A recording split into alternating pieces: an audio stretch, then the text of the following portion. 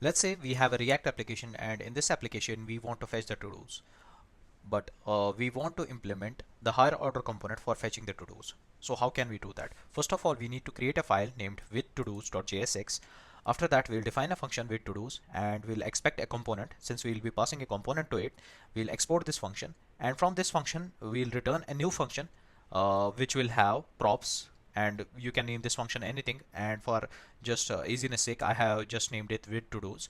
After that, we'll define all the necessary states: loading, error, and to-do states. After that, we'll define the use effect. Since we are fetching the data on mount, we'll keep the dependency area as empty.